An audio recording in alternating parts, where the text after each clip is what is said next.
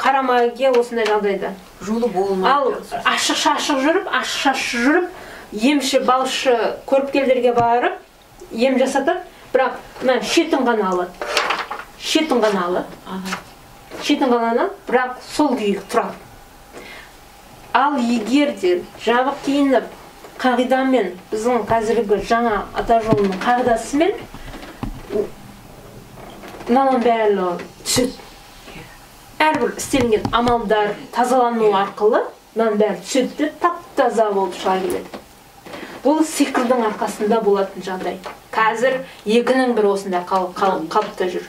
Себебі елімізде, жерімізде мұстандар көбейіп кетті. Мұстандар, қаралық жасайтындар, жамандық жасайтындар осылай қалай істейді? Бұрылмаушылықтан, іштарлықтан. Дұрыс.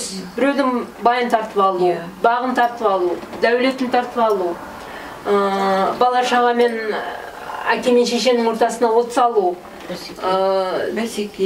бизнестерін тартып алу, бизнестерінің жолын жабу, тағы қандай қаралықтар істелінеді. Солардың кесірінен осындай қалыпқа түседі. Әке мен шеше ерлі-зайыптардың арасына суықтық салатын, екеуін айыратын, Құранда жазылған сондай бір аят бар. Дұғамен сондай нәрсе істейтін жағдай істелінген Құранда. Құранда сондай аят бар. Естеріңізде бар ол. Ол жоқ дүниеге біз жоқ деп оны не алмаймыз. Шешім қабылдамаймыз, ол дүниенің барлығы бар. Көзге көрінбейді, осы жағдайға түседі. Инвалид болып қалады, коляскаға отырып қалады, төсекке тартып жатып қалады, жұмысы жүріспейді. Жан-жақтан Құдайдың құтты күнінен проблемалар, қиындықтар келе береді. Біріншісінен екінші шығып тұрады, екіншісінен үшінші шығып тұрады. Жолын жүріспейді.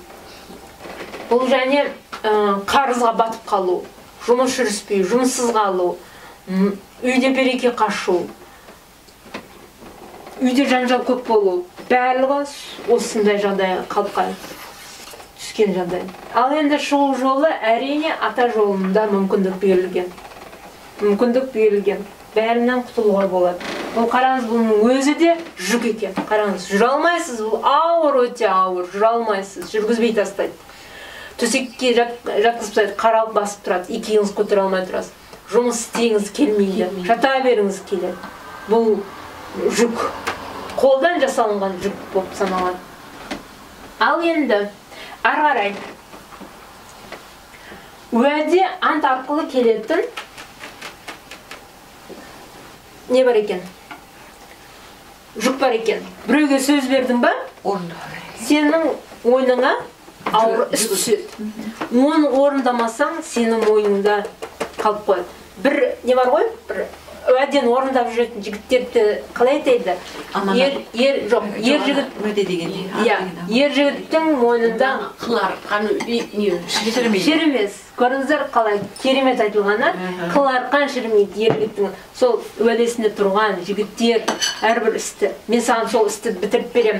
Кез келгенімізге бір-бірімізге ісіміз түсіп тұрады. Бітіріп берем, істеп берем деп дей отыра. Сондай уәделерімізді орындамасақ, мынандай жүктер жинала береді екен. Бұлай жүктер жинала береді екен.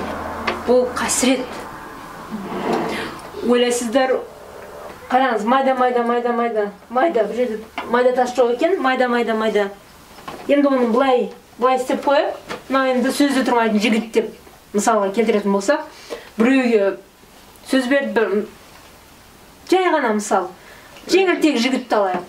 Бір қызға ғашық болады, ол қызға үйленемін деп сөз береді, оны пайдаланып кетіп, алдап, екінші қызды басын айландырады, одан үшінші қызды, төртінші солай, бірнеше қызды бүлдіріп, бірнеше қыздың жүрегін жаралап, алдап, мойнына осындай жүктер жиналады.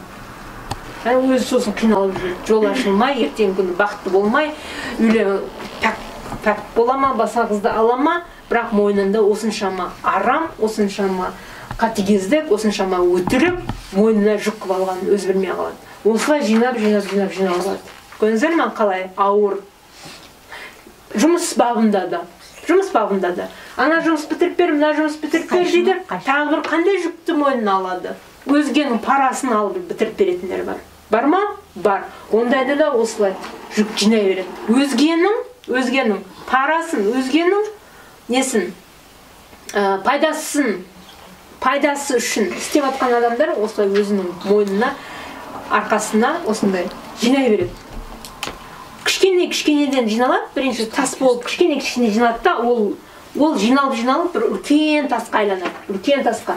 Ал оны әрбір берілген уәде, сөз, оның бір тұтас болған кезде оны жарып көр. Қандай амалдар керек? Әрқайсысын, мысалы, менің бір жүрегімді біреу жарылып кетті, жылатып кетті. Қалай болады? Менің көңілімді орнына келтіру үшін бұл адам не істеу керек? Менің көңілім орнына түсу үшін.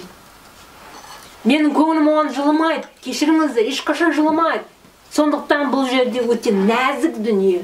Өзгенің көңіліне қарап сөйлеу, өзгенің көңілінен шыға білу, біреуді ренжімеу, ренжітпеу үшін, біреуді жылатпау үшін, осындай өте ауыр заттарды, сөздерді, уәделерді айтпауымыз керекпіз, бермеуіміз керекпіз. Қолынан келмей ма, бірден айт, алдап қашып кетпей. Мәрттік, бұл жерде мәрттік жұмысқа кіріседі. Мәрт бол, қайсар бол, өжет бол.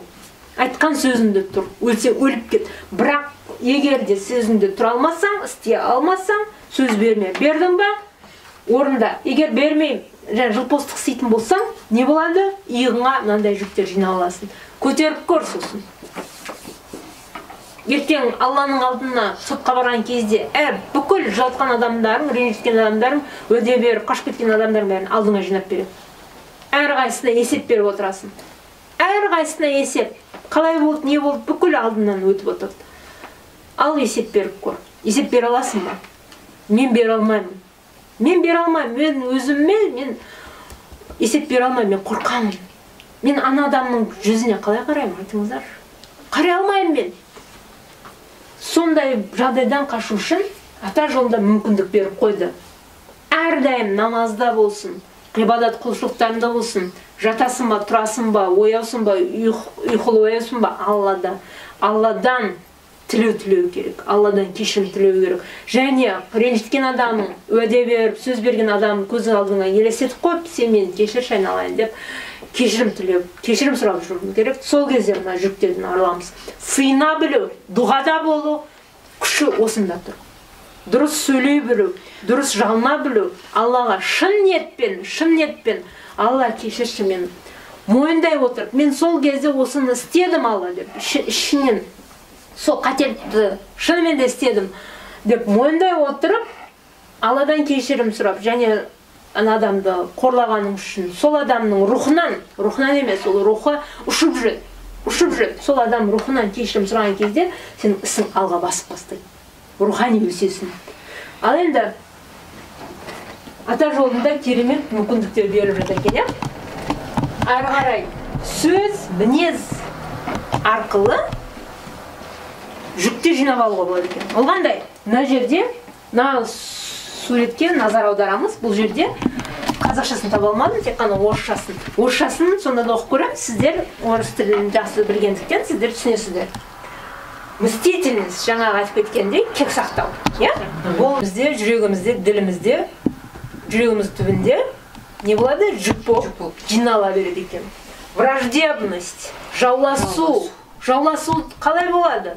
Көрінген жерде көзден көрініп кетті ма? Сыртынан ғайбаттау, сыртынан ұрсу, жолына тосқауыл қою, аяғынан шалу, ісін алға бастырмау. Кім онымен достарың арасына от салу? Враждебность, жауласу. Одан кейін гнев, ашу, ыза. Бұл да, егер ашу мықты болса, ызаланатын болсаң, демек ол жүкке айланып келеді. Осуждение. Осуждениенің қазақшасы қандай? Сыртынан ғайбат сөйлеу. Ғайбат және мін тағу, міндеу, жала жабу. Бұл да дұрыс емес екен. Недовольство. Недовольство ол қазақшасы қандай? Көңіл толмау. Көңіл толмау. Көңіл толмау. Недовольство. Көңіл толмау. Отырса опақ, тұрса сопақ қыла беру. Құлқым сүймейді. Иә. Ондайды да көңілден алып тастауымыз керек. Әрі қарай.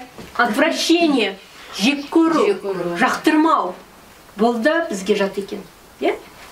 Одан кейін скупость, сараңдық. Сараңдық өте жаман ауру екен. Егер сараң болып, мысалға мен құрбан шаламын деп талпынып жүрмін. Сараңдығым ұстап жүр. Бұл да ауыр жүк. Сәт түспей отыр ғой. Жоқ, сараңдық. Ол да жүк, мойныма жүк қылып алдым. Арыла алмай жатырмын. Оны жеңуім керекпін. Жомарттық. Злость жаңа айттық. Злость бұл гнев пен злость екеуі екі бөлек. Екі түрлі. Злость қандай? Злость ашулы болады. Анау гнев ішіңде жинай береді. ашу болды. Ашу болады. Злость Ашу емес, анау не қата емес. арамдық па не дейді? Жоқ, злость. Ой, злая. Злая. Ашушаң. Қазақшасы жоқ, ашушаң емес. Кек сақтар. Ашудың бір жаман түрі. Иә, жынды. Жындылық. Иә, Жындылықтың қара түрі. Бір немен ағи кіріп қари шығып деп айтады. әдейілеп жыны келіп ашуланып тисе беретін, жамандық жасай беретін, жаман сөз сөйлей беретін сондай злостьқа кіреді. Сосын отчаяние.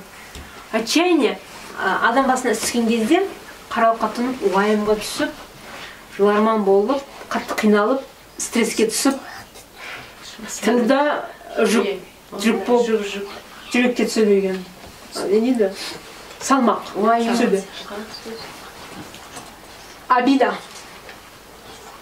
Ренжу. Өзгеге ренжісең де, оны кешірмей, ұмытпай, жақсы көрмесең, ренжу де жүкке айланады. Ол да әрқайсысы мындай тас болып жинала береді. Бұл жанға жиналады, рухыңа жиналады. Рухың өспейді бұндайда. Ревность, қызғаныш. Қызғаныш. Ерлі-зайыптардың арасында қызғаныш па, ана мен баланың арасында қызғаныш па, жоқ. Біреудің дәулетін, біреудің жетістігін көре алмайтын қызғаныш па, біреудің жақсылығын көре алмайтын қызғаныш па. Әрқайсының өзінің орны болып, әрқайсының өз орнымен жұмсай білуіміз керек екен. Қызғанбастан. Сосын вина, өзің кінәлі санау. Өзіңді кінәлі санасаң да, жүк болып қаптасады екен, салмақ түседі екен өзіңе. Істемеген істі істеп қойдым деп күнәлау бар, өзгені күнәлау бар, сен сондайсың деп күнәлау бар, иә? Кешіре білу, бұл жерде кешіре білу арқылы біз мынандай тас ауыр жүктен құтылады екенбіз.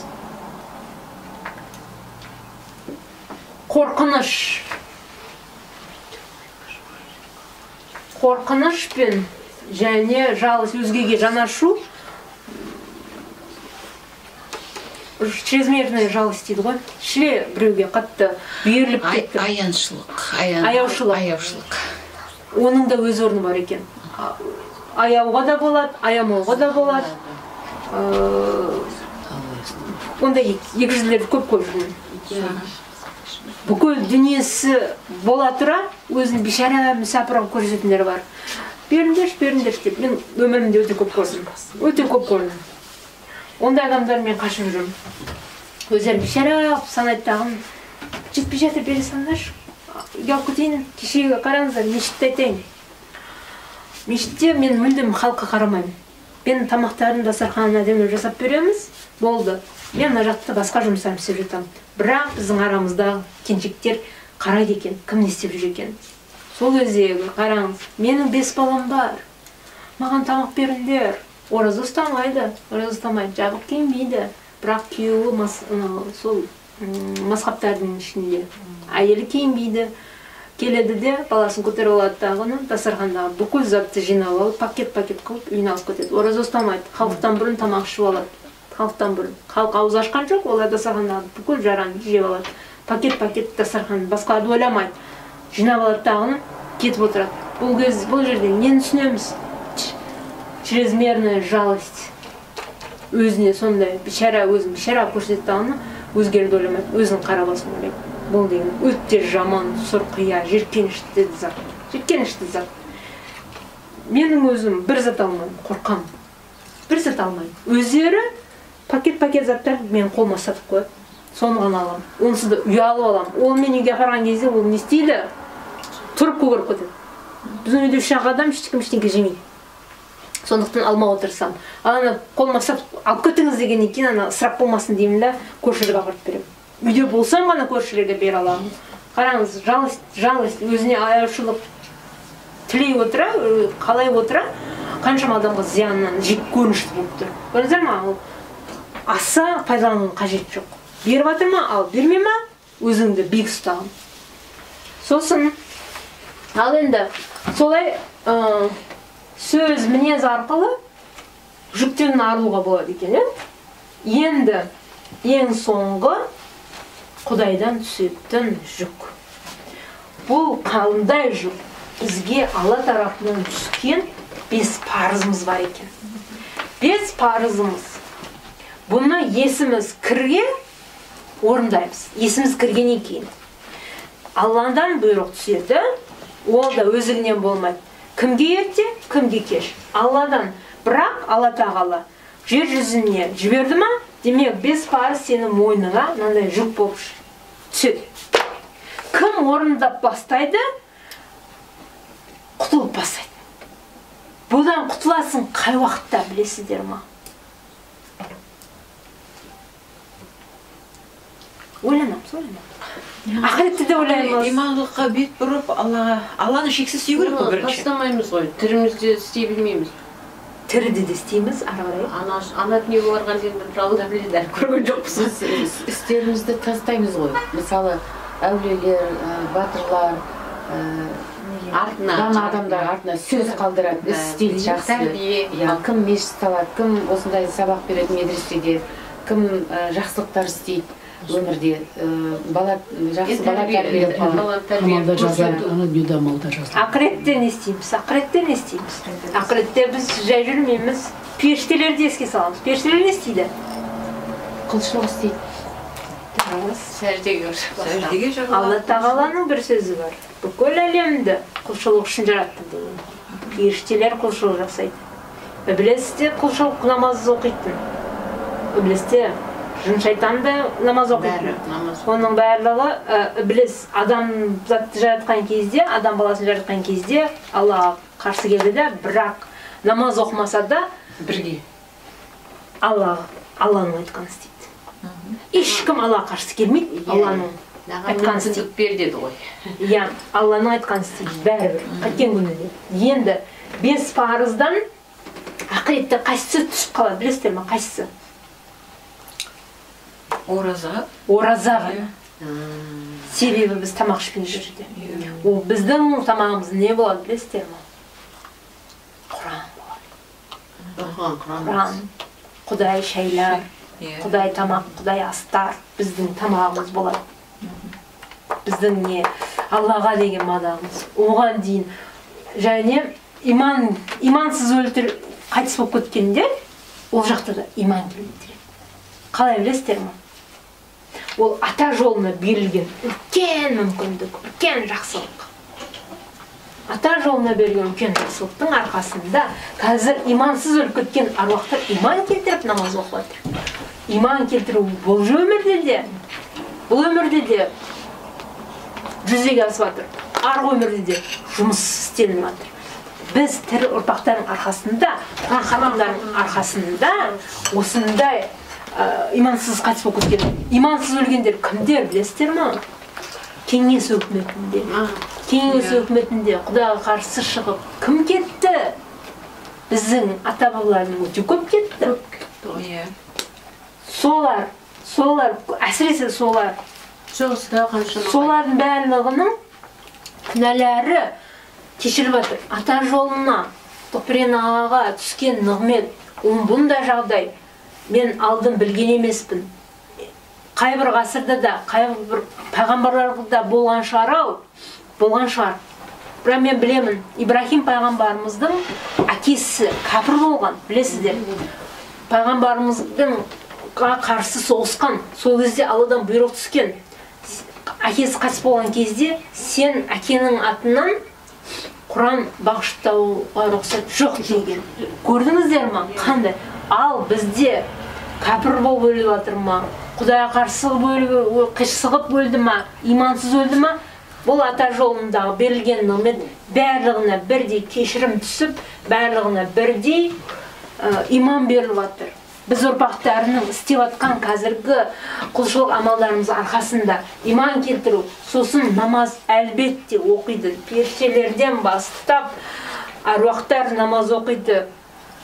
Мен өзім өте көп рет көргенмін, аян алғанмын. Біз намазға тұрған кезде аруақтар бұлай өте көп болып, бүкіл әулиелермен қосылып, біз сәждеге жығылып жатқанын өте көп көргенмін. Бүкілі намазға тұрып оқиды. Бірақ тағы да бір несі бар екен, түсіп қалатыны бар екен, садақа зекет бере алмайды. Олар алады. Садақа зекеттің пайдасы қандай екен білесіздер ма? Сіздердің беріп жатқан әрбір садақаңыз еселен Алланың алдына барады да, бұдан процентті әруақтарға түсіп отырады. Оларға азық, байлық. Сіздердің беріп жатқан садақаларыңыздың арқасында сіздің ата-баба әруағына үй салынады, зәулім үйлер салынады, жұмақтың төрінен үйлер салынып, сол әруақтар Алланың алдына жұмақта үй салынады, сол жұмаққа кіреді. Көрдіңіздер ма? Бұл тірілерге берілген жақсылық.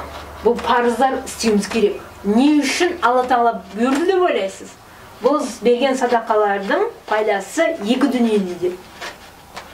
Ақыреттікі жоғары, ал бұл өмірде 5%, 10% ғана сіздің қалтаңызға түсуі мүмкін. Ал Алланың алдында бұл садақа мен зекеттің пайызы үлкен, жоғары білерсеңіздер. Ораза ұсталынбайды, осы өмірде ұсталынған оразалардың пайдасы өлерге де тиіп жатады, оны мен білемін. Сосын қажылықты екі дүниеде істенеді. Қалай білесіздер ма?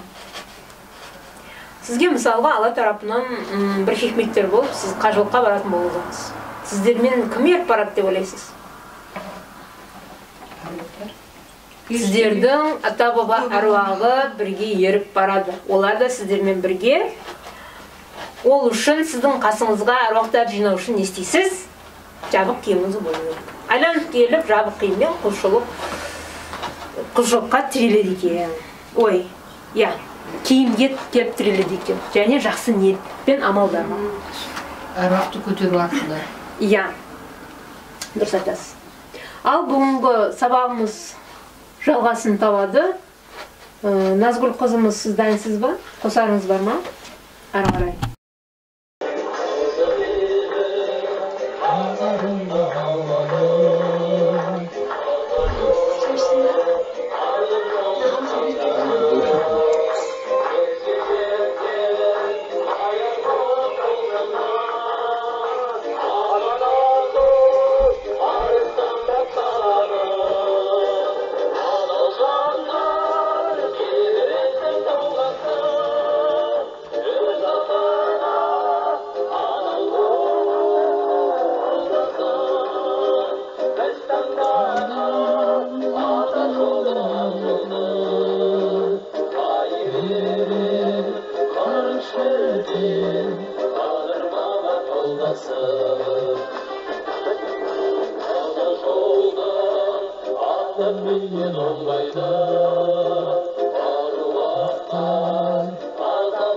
Olmaydı